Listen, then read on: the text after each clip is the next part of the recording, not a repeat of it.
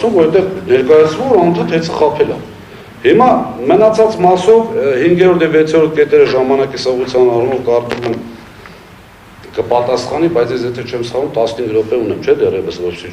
շեղ։ Հիմա անդրադառնամ պարոն Մեսրոպյան, ձեր ասածի հետ այսպես քաղաքական գնահատականներ չտալ, փորձեմ քաղաքական գնահատականներ չտալ, բայց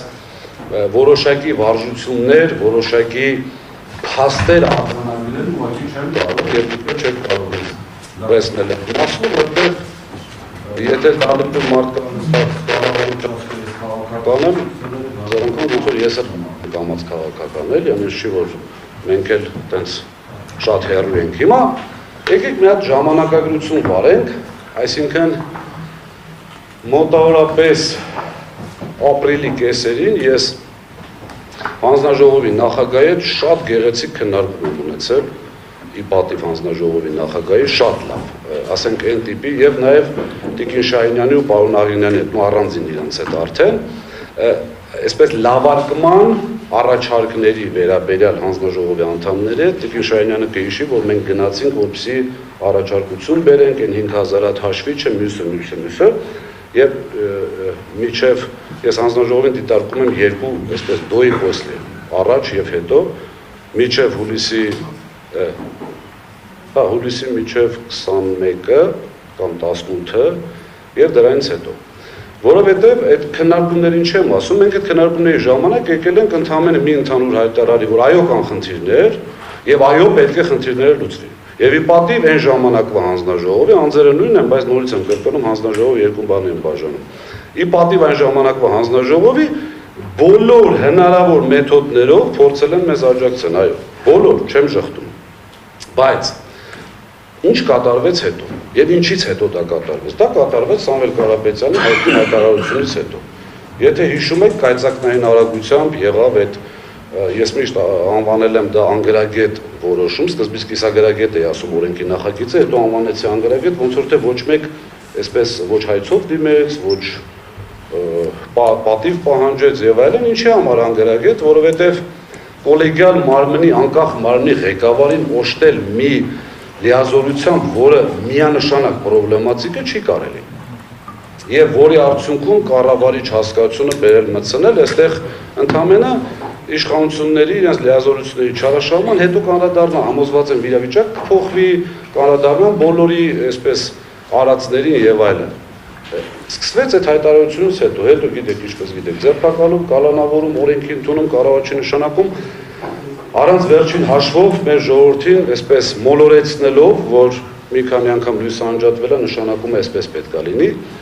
եւ այդպես այդ գործընթացը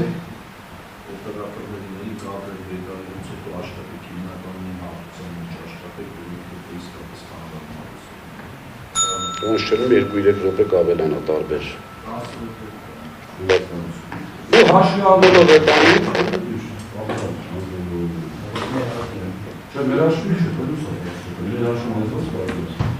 Եվ հաշվի առնելով այն հանգամանքը, որ դրանից հետո կայծակնային արագությամբ հանձնաժողովը որոշեց անգամ ուշադրություն չդարձնել իր կողմից նշանակված կառավարչի ոչ օրինական իմ կարծիքով հաշվի առնելով ազատումներ եւ այլ այսպես վիրավորանքից են խոսում եկավ առաջի օրը ինձ անվստահելի է չգիտեմ եւ այլն հանձնաժողովը երբևիցե չի հարցրել լավ անվստահելի էր ապացույցներ չունեմ այսքան ցանցի պետ ազատվեց այն մեկն են եղավ ինչի համար արդյոք քաղաքական չի գործազուրկ պարտված տեխնացուների նշանակումը սա քաղաքական տեքստ չի սա միանշանակ փաստերի ընդհանրը արձանագրում է եւ այդ քանակի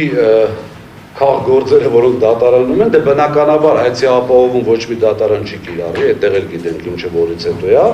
եւ այդ գործերը գնալու են չգիտեմ մինչեւ 3 ատյան անցնեն ընդունենք մի տարի կամ տարուկես հետո Ղազինյան Դավիթը վերականգնվեց դա ոչ մեկի պետք չի եւ երկրորդ հանգամանքը որ կա արգում են արտահայտություններ այստեղ դուք նայեք դուք հարգելի հանձնաժողով կրկնակի ստանդարտները ընդհանրապես մարդկանց եւ պետություն ընդհանրապես բոլորին բերում է կործանման հիմա եթե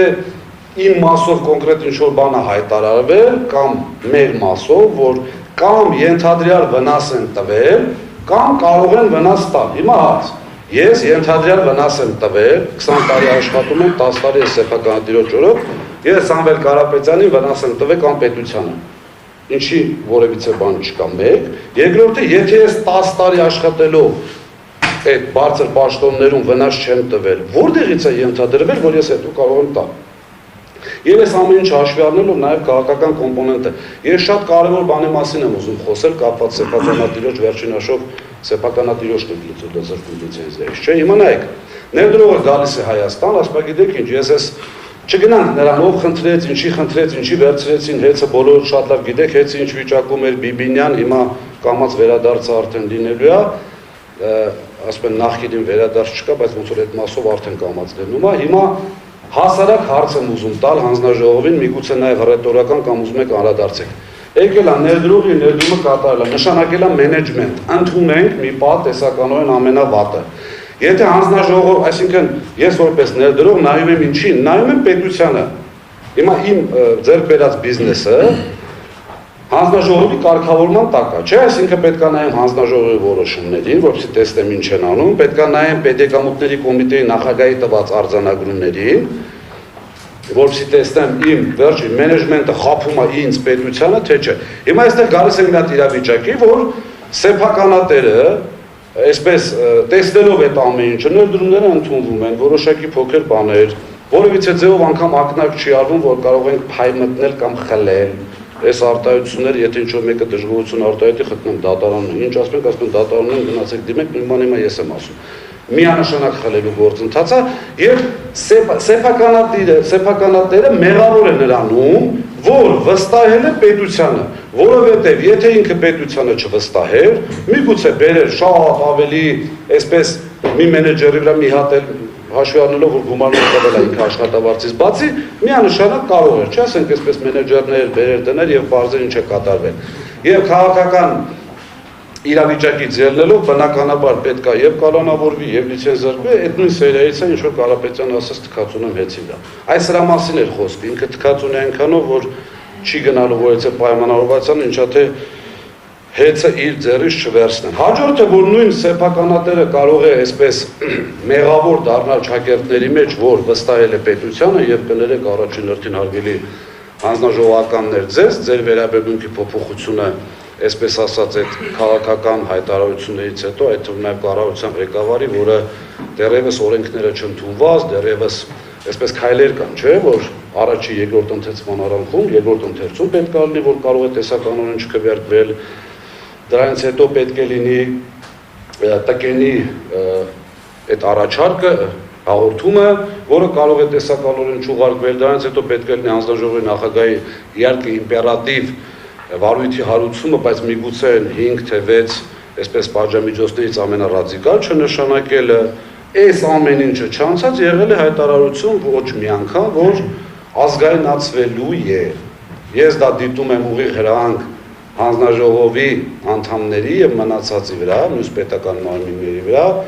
որպես ուղիղ քաղաքական հրահանգ, որ ինչ ուզում եք արեք, ոնց ուզում եք արեք, ինչ կարգի վրա ուզում եք անցեք, սա պետք է ազգայնացվի։ Հաջորդը սեփականատերը ինչի է սխալվել շակերտների մեջ, ես ասում եմ, այն ինչ որ դուք եք արձանագրում ձեր նյութերով, որ վստահել է պետությանը նաև մեկ այլ մասով։ Հիմա կառավարիչը ասում է, որ ինձ համար իմպերատիվ բնույթ չէր կրում ընդունում հանձնում անելը, ինչ որ չափով համաձայն եմ, բայց հանձնաժողովը եթե ուզում էր նամանավանդ վարույթ սկսելուց իրականությունը իմանալ, չեմ կարծում, որ ձեր ինչ-որ մեկի պրոֆեսիոնալիզմը այնքան թույլ է, դրա վրա չեմ կասկածում, ես ես այն օրն այդ միջանցքում ասեցի, խնդիրը այլ բանի մեջ է, որ քաղաքական պատվերներ եք կատարելու, չեմ կարծում, որ ինչ-որ մեկը չէր կարող ուղղակի կառավարչին խորհուրդ տալ, որ եղբայր արի գիտես ինչ արի մի հատ ընդունում հանձնում արա, այս մարդուն ապօրինի մի ազատի հիմա։ Մի հատ ընդունում հանձնում արա, որպեսզի բոլորս հասկանանք, թե դու ինչ ես ընդունում։ Եթե հուլիսի 21-ին ցանցը ընդունում են, եթե չեմ սխալվում սեպտեմբերի 11-ին թե 12-ին նոր հրամանա լինում պայեսները գույքագրելու, իսկ ով կարող է ինձ այսպես մեղադրել, որ ես հիմնավոր կասկած ունենամ, որ պայեսների ամբողջակասորդը եղել է իրենց վաղ, իրենց ցուցումով կամ էլ թե չէ իրենց ոչ դիտավորությամբ, բայց ինչ-որ մեկի գողությամբ։ Ով կարող է ինձ դրանում մեղադրել։ Բնականաբար գույքը ընդունում հանձնում նամանավանդ այնպիսի բարձր պաշտոնյայի համար, որը այսպես 10 անգամ ավելի ցածր պաշտոնը բնականաբար ավելի բարձր փողով համաձայնվել է փոխել, բայց իր նախկին աշխատակազմը, աշխատանքի վայրը ենթադրում է տեղեկացվածություն, չէ՞, այդ ամեն ինչին, ենթադրում է, որ ՊՎԾ-ում դա շատ լուրջ, այսպես ՊՎԾ ղեկավարը շատ լուրջ պաշտոն է եւ բնականաբար պատասխանատու է վարչապետի ներքո, չգիտեմ, այդպես բացվածքը աշխատող բոլոր պետական կազմակերպություն։ Այսինքն ենթադրվում է, որ եւ հանձնաժողովը եւ կառավարիչը շատ լավ հասկանում են, որ ընդունում հանձնում պետք է կատարվի։ Հիմա նորից սեփականատերի մեղավորությունը, սեփականատիրոջ մեղավորությունը կայանում է նրանում, որ չի արել այդ մարդը։ Այսինքն վստահելա ձեզ առաջին հերթին հանձնաժողովին, երկրորդ հերթին, այսինքն ընդհանուր առմամբ պետությանը։ Հիմա այսքանից հետո եթե ներդրող գա, որը կվստահի ձեզ, չգիտեմ, բացեք այդ վերջի տարվա ներդրումներով կտեսնեք ինչա կատարում, ել չասած, որ այս աղմուկը հասել է մինչև աշխարհաքաղաքական շատ կենտրոններ եւ շատ երկրներ, որտեղից արդեն ուղղակի խուսափելու են այստեղ ներդրում անել, եթե երկրի ներդրումները կոռուպցիոն ճանապարհով ենթադրյալ ձեռք բերած գումարներ օրինականացնելու մասին չի։ Հիմա ուզում եմ ամենավերջում անդրադառնալ այս քաղաքական կոնտեքստի այսպես ամբողջ հմայքին։ Այստեղ թարպես իմ անձնական կարծիքով գործանումը սկսվեց այն պահից, երբ որ մարդիկ, պաշտոնյաներ սկսեցին քննարկել, մեկը կալանք է քննարկում, մեկը, չգիտեմ, լիցենզիայի զրկում է քննարկում, այնպիսի մի մարդու ամենայն հարգանքով ու դա փաստ է, ես իմացել եմ դա այդ մարդու կատարած աշխատանքի 1%-ը չեն կատարել։ Ուղղակի, այսինքն իր տված իր օգտին եղելային, հա, որ եթե խոսում եք այստեղ գովիստի խոսում չկա։ Դուք խոսում եք այստեղ այսպես իր համար իր ունեցվածքի հետ կապված օբյեկտների մասին ժողովրդին մոլորեցնելով, որը ես կարող եմ ենթադրել դա հանցավորել համարել։ Մի մարդու, որը Հայաստանի նորագույն պատմության մեջ եղել է ամենաշատ Հայաստանում եւ գումար ներդրողը եւ բարեգործություն կատարողը։ Այստեղ լավ, ասենք շատ մեր հայրենակիցներ կարող այդքան հեռու չմտածեն։ Այդ դիտավորությունը բերել մեր ձևով 5 ամիս նստած։ Բնականաբար, այս ամբողջը բերելու է քաղաքականի, այս ամբողջը բերելու է կործանման, սա արդեն խոսքը սուղում եմ հանձնաժողովին։ Հավատացած եղեք, հույս չունենալով, որ իմ խոսքը ձեր վրա որից է կարող ազդել, որովհետեւ ինչպես նշել եմ անգամ միջև այս նիստը որոշումը կայացված է, չգիտեմ, բնականաբար ընդհանրապես մնում է հայտարարելը, բայց ամեն դեպքում հարգելի հայրենակիցներ, կարճ ձեզ փորձեմ այս երևույթները բացատրել, գոյություն ունի մի բան, որ ամբողջապես այսպես վերացվում են անկախ մարմին հասկացությունը, վերացվում է ընդհանրապես այն մեխանիզմները եւ այն գործիքակազմերը, որոնք տարիներ շարունակ ներդրվել են, որպեսզի ապահովեն ներդրումների անվտանգությունը, ապահովեն մեր քաղաքացիների այդ այսպես ասած էներգետիկ անվտանգությունը եւ այլն, եւս օրինակներ կան, բեցում լրատվամիջոցները տալիս են միլիարդների չարաշահում, ոչ մեկ տեղեկ չի։ Ոչ միայն ոչ մեկ տեղեկ չի, ըստ լրատվամիջոցների, քանի որ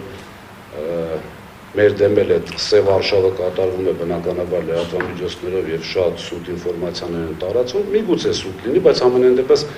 իշխանությունը չի ժխտել, որ բեցի միլիարդավոր, այնալ պետական բեցի, միլիարդավոր այսպես կորուստների համար կամ չարաշահումների համար, որից մեկը ներգրավված չի որպես մեղադրյալ։ Դա եւս մեկ անգամ գալիս է ապացուցելու հարգելի քաղաքացիներ, հարգելի հայրենակիցներ, ձեզ խաբել են, որ հեծը գտնվում է այնպիսի ընդհանրապես ճգնաժամային վիճակում, որ պետք է պետության կառավարումը։ Պետության կառավարումը արդեն տեսնում ենք հանձնաժողովի կողմից իր գործիքակազմը կիրառելու արդյունքում եւ տեսնելու ենք շատ ավելի արագ տեմպերով դեպի ներքև բնականաբար ձեզ խաբել են այն մասով, որ հեչում կատարվել են այսպիսի մասսայական կամ համակարգված հավելումներ, միանշանակ եմ ասում, որտեղ այս ամբողջ կետերը բերել է դրան,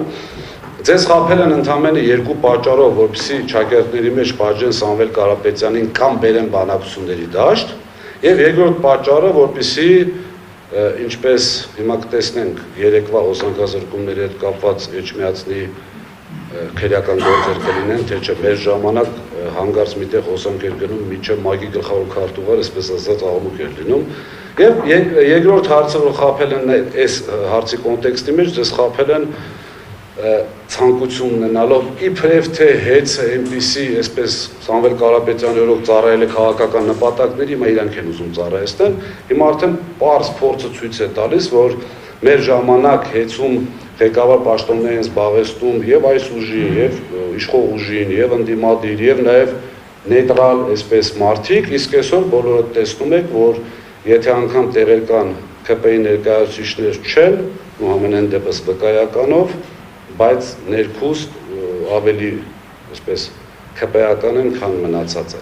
Մի խոսքով հաշվի առնելով այս ամեն ինչը հայգել հայրենակիցներ ձեզ խաբել են։ Ես որոշումը համոզված եմ ինչա լինելու, բայց դա ինձ համար ամենայն դեպս նորություն չի, եւ այստեղ եմ ոչ թե հանձնաժողովի վրա ինչ-որ ձեով ազդելու, ես ուզում եմ ասեմ, որ ամենայն դեպս ես այստեղ եմ, ես 3 օրվա ընթացքում ձեզ ամեն ինչը ցույց տալու համար։ Հանձնաժողովի իր որոշումը վաղուց ունի եւ կայացնելու է։ Ինչ վերաբերվում է հետագա ճակատագրին, ես խնդրում եմ, որպեսզի այն որ նույն բաները ներկայացվելու են առանց փաստական հանգամանքների, առանց ապացույցների, դա աներկբա է, այսպես ասած, ինչպես ազգայնացման նախշովում կառավարության ղեկավարը աներկբա է։ Բայց հավատացած եղեք, որ ուժ նշի այս մասով լինելու քրեական գործեր, վատ բան եմ ասում հանձնաժողովի համար, բայց համոզված եմ, որ հանձնաժողովը որպես իրավաբանասեմ պրոցեդուրան, այսպես ասած, պրոցեսը իրապետող նաև լինելու են բնականաբար, ասել եմ, եթե Կարապետյանի դեպքում 53 քննիչ աշխատում դեռևս ոչ տարու բառ չկա, ու չէ մեկ կարող է կասկածել, որ դա քաղաքական է, հանձնաժողովի եւ այս հեծի խմբման գործընթացի կապված 153 կա հետաքրքիր այսպես դոկումենտալ ֆիլմի բան լինելու այսպես, պետք ցուցմունքներ, դասեց, ով ինչի արեց, ով ոնց կատարեց, մի խոսքով հայտնի հայրենակիցները եւս կներկայացնեն, ձեզ խորհուրդ եմ տալիս, ուղղակի այսպես, եթե միջև հիմա խափնվել եք, այս ամեն ինչի արդյունքում այլևս չխափնվել եւ իրերը կոչել իրենց անուններով, շնորհակալություն։